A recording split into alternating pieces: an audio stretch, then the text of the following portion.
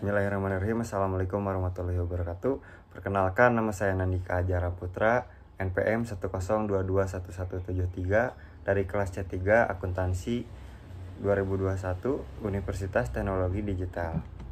Nah, di sini saya akan membahas 4 materi, yaitu yang pertama, At-Thoriq ila Ma'rifatullah, cara menuju Ma'rifatullah. Yang pertama, jalan menuju mengenal Allah.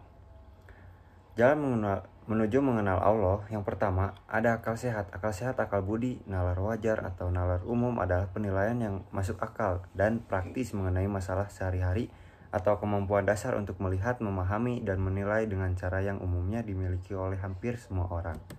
Nah, untuk yang kedua, para nabi dan rasul. Para nabi dan rasul adalah manusia pilihan yang diberikan wahyu oleh Allah Subhanahu wa taala untuk berdakwah. Oleh karena itu, para nabi dan rasul yang paling mengenal Allah. Namun karena para nabi dan rasul sudah tiada, maka kita wajib mempelajari apa yang diwahyukan kepada para nabi dan rasul. Yang ketiga, asma wa sifat.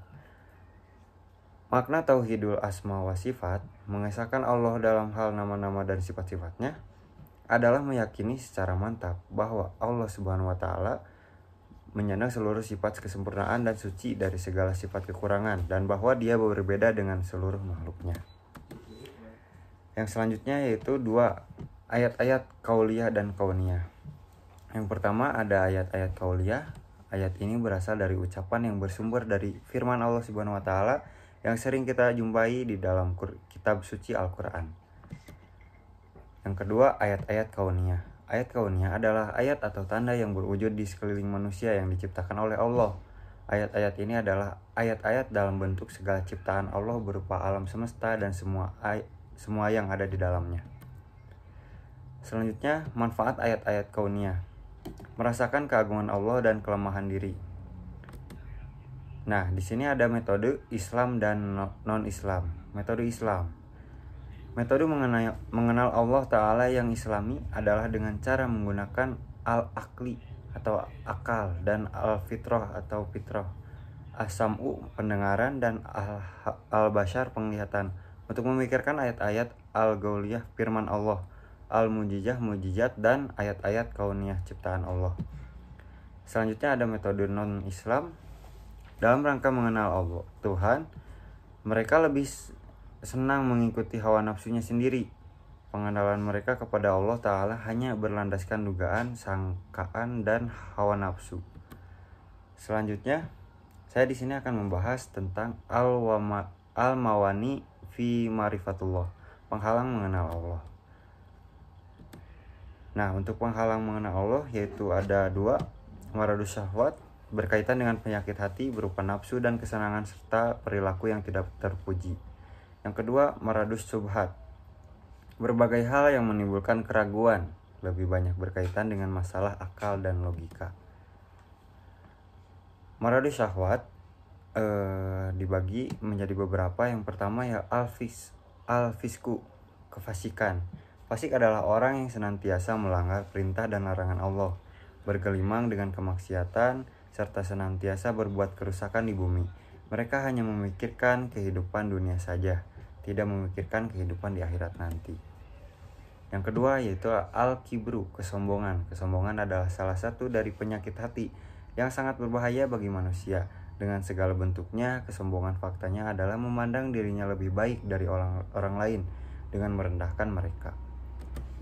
Selanjutnya yaitu az-zulmu, kezoliman. Zolim adalah penyakit yang ada di dalam hati. Contoh perbuatan zolim yang paling dasar dan paling sering, tidak sedikit yang sering kita lakukan pada orang lain. Terkadang menyakiti hati dan perasaan, hal yang termasuk fitnah, menghina, korupsi, melakukan kekerasan secara fisik dan mental, dan tindakan yang tercela. Selanjutnya al-kizbu, kedustaan. Kedustaan merupakan sikap bohong, pura-pura, dan mengingkarkan terhadap ayat-ayat Allah Ta'ala. Hal ini seperti yang dilakukan oleh orang-orang munafik, sebagaimana dimuat dalam firman Allah Ta'ala yang artinya, mereka hendak menipu Allah dan orang-orang yang beriman, padahal mereka hanya menipu dirinya sendiri, sedang mereka tidak sadar. Dalam hati mereka ada penyakit, lalu ditambah Allah penyakitnya. Dan bagi mereka siksa yang pedih disebabkan mereka berdusta. Quran Surat Al-Baqarah ayat 9-10.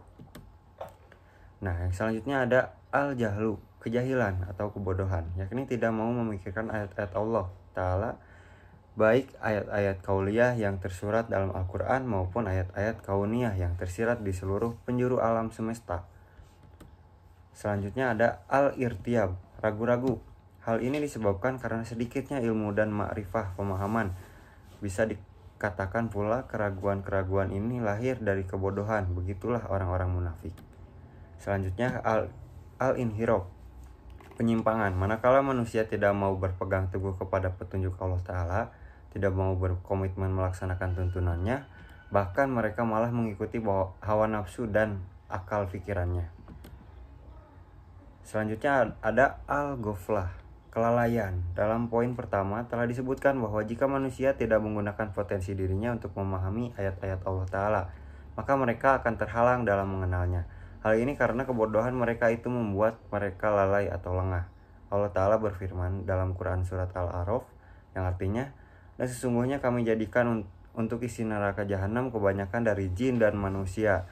Mereka mempunyai hati tetapi tidak dipergunakan untuk memahami ayat-ayat Allah, dan mereka mempunyai mata tetapi tidak dipergunakan untuk melihat tanda kekuasaan Allah. Dan mereka mempunyai telinga tetapi tidak dipergunakan untuk mendengar ayat-ayat Allah. Mereka itu sebagai binatang ternak, bahkan mereka lebih sesat lagi. Mereka itulah orang-orang yang lalai. Nah, di sini selanjutnya saya akan membahas takrif Rasul, pengertian ar-Rasul. Rasul berasal dari kata rasala yang berarti mengutus. Sedangkan kata Rasul dibaca masdar dari kata rasala yang berarti utusan atau seseorang yang diutus. Adapun dari segi istilah, kata Rasul artinya adalah seorang laki-laki yang dipilih dan diutus oleh Allah dengan membawa risalah kepada umat manusia. Nah, ada dua, definisinya dibagi dua, yaitu hamilur risalah, membawa dan menyampaikan risalah. Yang keduanya ada qudwatu fi tatbikir risalah, contoh bagi umat manusia dalam melaksanakan ajaran yang dibawanya. Keteladanan dalam melaksanakan risalah. Risalah ini dibawa oleh Khotamul Anbiya, penutup para nabi, sebagaimana ditegaskan oleh Allah Subhanahu wa taala dalam Quran surat Ahzab ayat 40, yang artinya Muhammad itu sekali-kali bukanlah bapa dari seorang laki-laki di antara kamu, tetapi dia adalah Rasulullah dan penutup nabi-nabi. Dan Allah Maha mengetahui segala sesuatu. Ia adalah nasikur risalah, penghapus risalah sebelumnya. Maksudnya adalah bahwa risalah Muhammad SAW menjadi satu-satunya risalah yang wajib dianut dan diamalkan sampai akhir zaman. Adapun risalah para nabi sebelumnya, terutama berkenaan syariat-syariat tertentu, telah terhapus oleh syariat Islam dan tidak berlaku lagi. Nah, ada mukjizat Rasul. Yang pertama membelah bulan, yang kedua air mengalir dari jari tangannya, yang ketiga satu gelas susu mampu mengenyangkan banyak orang, yang keempat hidupnya kerikil. Dan yang keempat yaitu sifatur Rasul, sifat-sifat Rasul, tanda-tanda kerasulan. Yang pertama sidik, yang kedua amanah, ketiga tabligh, yang keempat fatonah. Manusia sempurna. Abdul Karim Al-Zili atau yang dikenal dengan nama Al-Zili adalah seorang sufi pencetus konsep insan kamil atau manusia sempurna.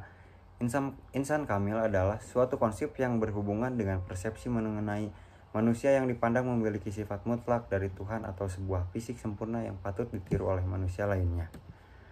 Selanjutnya terpelihara dari kesalahan. Sejak kecil, Nabi Muhammad terpelihara dari dosa Allah Subhanahu wa taala memilih Nabi Muhammad SAW sebagai penutup para nabi yang menyempurnakan ajaran-ajaran sebelumnya. Karenanya Allah menghimpunkan sifat-sifat yang baik dan terpuji dari diri sang nabi akhir zaman. Bahkan sejak kecil Muhammad terjaga dari kemaksiatan.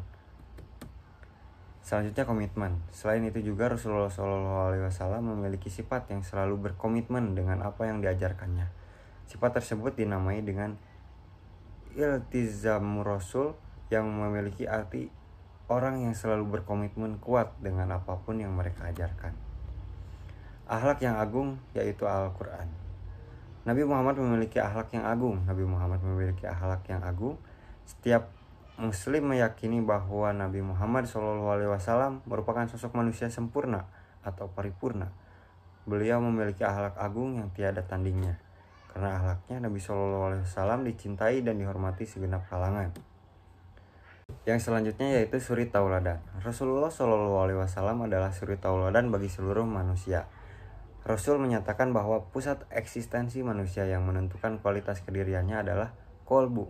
Manusia memiliki potensi kolbu untuk merenung, menyadari, menghayati, memilih mana yang baik dan buruk. Mungkin itu saja yang bisa saya sampaikan. Mohon maaf apabila banyak kekurangan atau kesalahan kata. Wabillahi taufiq wa hidayah. Wassalamualaikum warahmatullahi wabarakatuh.